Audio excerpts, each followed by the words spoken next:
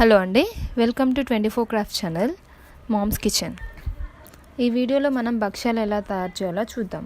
వీటినే పోలేలు అంటారు, బొబ్బట్లు అని కూడా అంటారు. కావాల్సిన పదార్థాలు: పావు కిలో గోధుమ పిండి, పావు కిలో శనగపప్పు, పావు కిలో బెల్లం, 5-6 యాలకులు, 2 టేబుల్ స్పూన్స్ సోంపు, 1 కప్ నెయ్యి. ఎలా చేయాలో ప్రాసెస్ చూద్దాం. ఇప్పుడు పావు కిలో శనగపప్పు తీసుకొని 1 గంట సేపు నానబెట్టుకోవాలి. అవి నానిన తర్వాత ఒక కుక్కర్ కానీ ఒక గిన్నె కానీ తీసుకొని వాటిని బాయిల్ చేసుకోవాలి.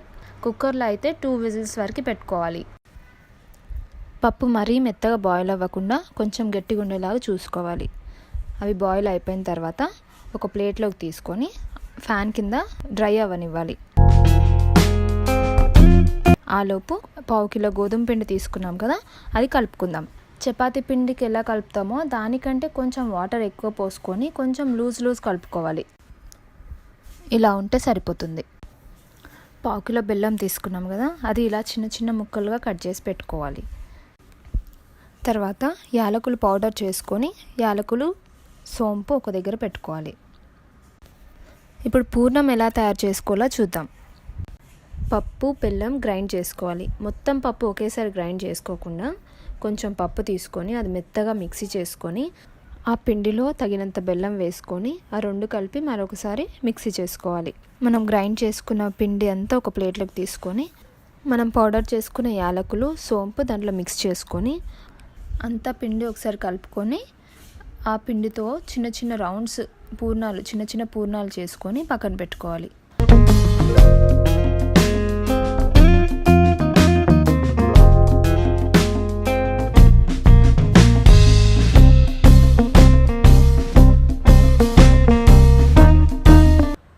ఇప్పుడు కలిపిన గోధుమ పిండి తీసుకొని మనం ఒక చపాతీ చేసుకోవడానికి తీసుకున్న పిండిలో సగం పిండి తీసుకొని దాన్ని రౌండ్ చేసుకోవాలి. అలానే సేమ్ క్వాంటిటీతో పిండి తీసుకొని చిన్న చిన్న రౌండ్స్ చేసుకొని పెట్టుకోవాలి. చపాతీ రోలర్తో ఆ రౌండ్ బాల్స్ని మన బ్యాంగిల్ సైజ్ వచ్చేలాగా ఫ్లాట్ చేసుకోవాలి. చేసుకున్న తర్వాత ఒక పూర్ణం తీసుకొని దాంట్లో పెట్టి దాన్ని ఫోల్డ్ చేసుకోవాలి.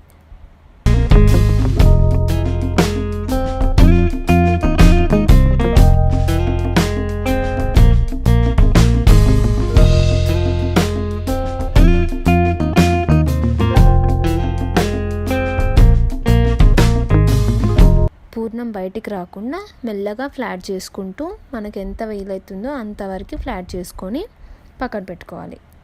అలాగే అంత పిండి అంతా చేసుకొని పక్కన పెట్టుకొని 1 by 1 ఒక ప్యాన్ మీద పెట్టుకొని హీట్ చేసుకోవాలి.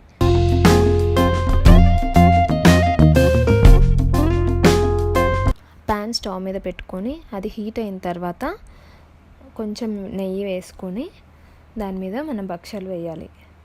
1 సైడ్ అంతా హీట్ అయిన తర్వాత మళ్ళీ ఇంకొక సైడ్ మళ్ళీ దాని మీద కొంచెం నెయ్యి వేసుకొని హీట్ చేసుకొని 1 by 1 హాట్ బాక్స్లో వేసుకుంటే మనం తినేటప్పటికి చాలా వేడిగా ఉంటాయి, హాట్ ఉంటాయి, చాలా టేస్టీ ఉంటాయి.